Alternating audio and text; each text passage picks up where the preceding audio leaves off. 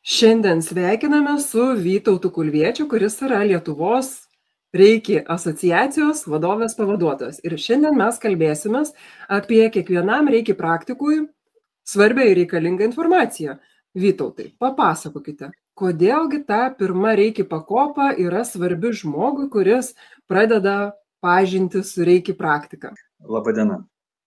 Reiki apskritai yra nuostabi praktika ir ypatingas gebėjimas, aš manau, kuris su pirma duoda gyvenime aiškumo, veda prie tokio teisingesnio gyvenimo, padeda statyti pusiausvyrą tose gyvenimo srityse, kurios galbūt yra šiek tiek pažeistos ar išbalansuotos.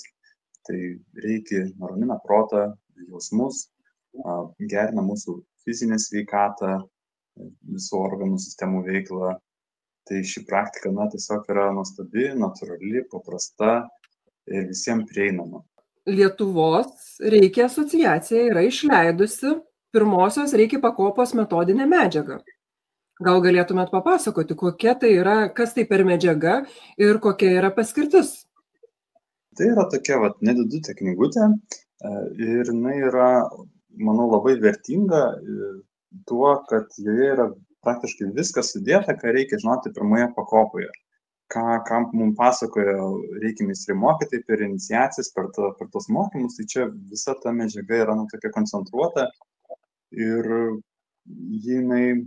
jos paskirtis, kad viskas būtų vienoje vietoje ir tai yra daug ir teorinių žinių apie Reiki istoriją, esmę, taip pat daug praktikų. Reiki poveikis. Žodžiu, daug yra tokios informacijos, kurią labai vertinga žinoti ir karts nuo karto vėl pasižiūrėtis, išviežinti žinias. Kadangi aš irgi turiu šią knygelę ir tikrai naudojuosi, tai galiu tik tai patvirtinti, kad tai yra iš tikrųjų labai koncentracija gera. Tai ir tada aptarkime, kokiasgi pagrindinės temas ir kokias žinias ši knygelė perteikia. Joje yra 25 temos. Didelė dalis yra teorinės žinias, tai yra apie Reiki esmę, kas tai yra, Reiki istorija, Reiki principai, kokiam savybėm pasižymi Reiki kaip energija, kaip dvasinis kelias, ko jinai veda, ko jinai moko, ar ne, kokie galbūt tos tikslai praktikos. Ir yra taip pat labai daug praktinių patarimų ir apie pačius aprašyti seansai, kaip juos atlikti, kaip pasiruošti, kaip dirbti su klientais, reiškia rankų pozicijos, įvairios kitos praktikos, technikos išvardintos. Žodžiu, tokia yra, galima sakyti, savo vadovas toksai iš vienos pusės ir to pačiu žinių šaltinis.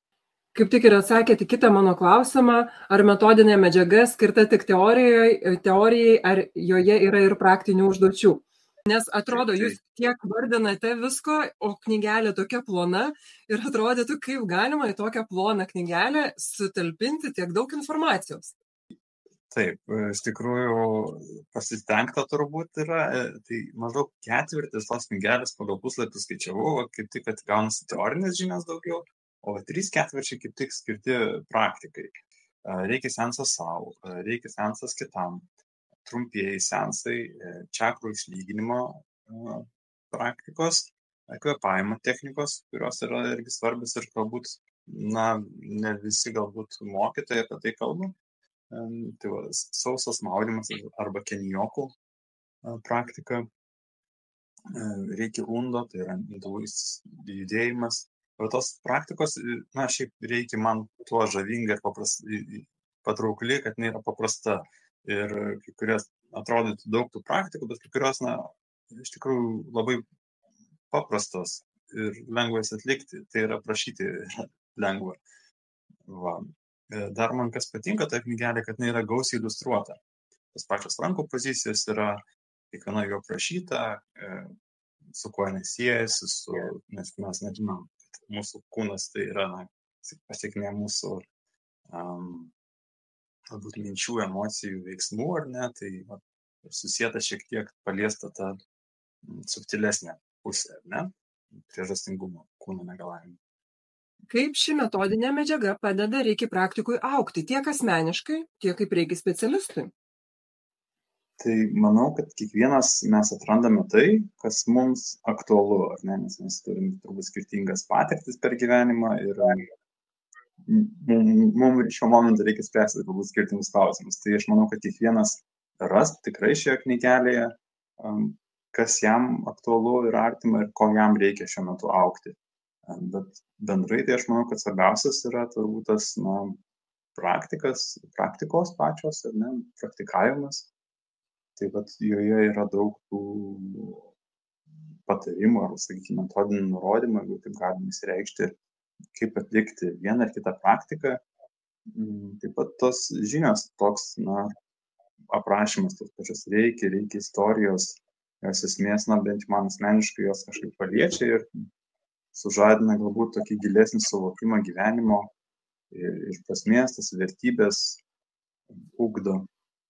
Tai manau, čia turbūt didelė vertė yra augimui. Kalbant apie tą teorinę dalį, man iš tikrųjų labai didelė vertė tai, kad labai detaliai pats simbolis aprašytas. Reikia hieroglifas. Kiekvienas brūkšnelis labai detaliai aprašytas ir tai padeda žmogui tikrai labai įsigilinti į reikia prasmę. O kalbant irgi apie įvairias praktikas ir teorijas, tai vieni žmonės ateina į reiki norėdami patys savo padėti ir nebent vienam kitam artimam žmogui. O kiti jau užsiema masažais, pavyzdžiui, ir tai būtų papildoma praktika, kurią galėtų, kaip verslą, kaip sąžiningą, dorą ir gėrį kurianti verslą. Ar šioje knygelėje yra dalykų, kurie padeda užtikrinti saugumą ir atsakingą reikia praktiką?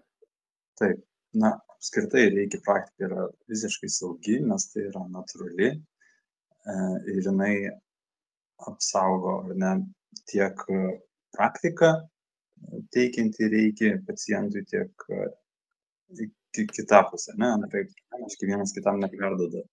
Knygelėje yra prašyta, kaip pasiruošti reikia seansui, kaip jį tinkamai atlikti, kaip informuoti pacientą ar klientą. Taip pat parašyta, kuomet negalima atlikti reikia seansų, kokia yra kontraindikacija, jinai yra tik viena. Tai visa tai yra aprašyta knygelėje. Koks yra reikia standartas ir kaip čia knygelė padeda laikytis to standarto? Ar yra kažkoks reikia standartas? Lietuvos reikia asociacija atstovauja tradicinį Mikao Usui mokymą ir remiasi jo perduotomis žiniomis. Ir jų pagrindu yra sukurtas standartas, jie ekspertai sukūrė, kaip sudėjo turbūt, ar ne. O šioje knygelėje yra turinys atitinka tai, kas yra tame standarte surašyta. Tai visos bazinės praktikos tikrai čia yra paminėtos ir netgi daugiau, man atrodo. Tai žodžiu, tiek tas standartas, tiek šita knygelė yra paremta reikia Usui Shikirio sistema.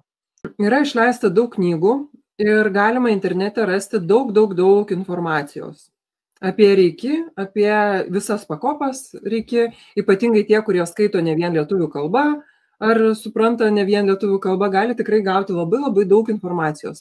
Kuom Lietuvos reiki asociacijos išleista metodinė medžiaga yra, gal geresnė, netinkamas žodis, bet kodėl verta turėti ir šią metodinę medžiagą šalia visų kitų medžiagų, kurios yra internete ir šiaip pasiekiama žmogui?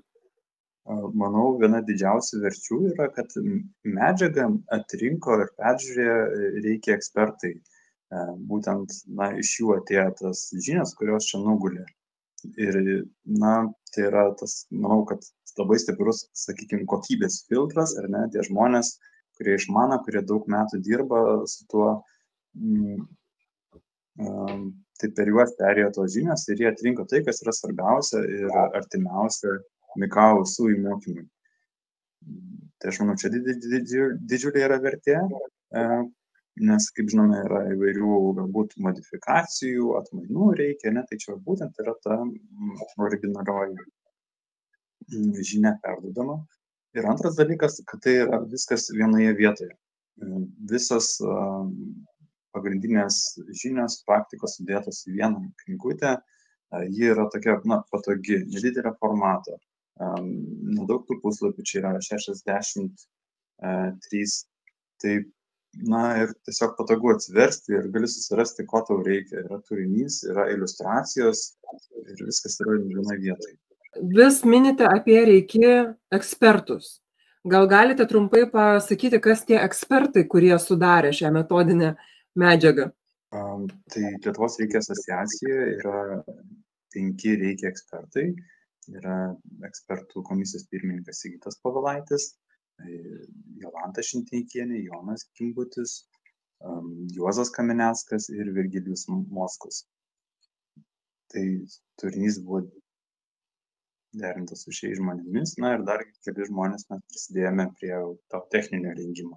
Kitaip tariant, ši metodinė medžiaga yra parengta ne vieno žmogaus, o kolektyvo grupės, kuri daugybę metų praktikuoja Reiki ir gilinasi būtent į šį metodą, ir tai nėra papildoma į praktiką, kurią jie užsiema, o tai yra pagrindinė praktika daugybę metų. Taip. Tikrai taip. Ir paskutinis klausimas, kągi palinkėtumėt žmogui, kuris dar tik tai ruošiasi žengti pirmą žingsnį Reiki praktikos keliu? Tai būti drąsiu ir pasitikėti savo širdimi ir tiesiog priimti Reiki praktiką ir jausti, kur jį veda, ir praktikuoti. Ačiū už pokalbį, Vytautai. Ačiū Jums. Ir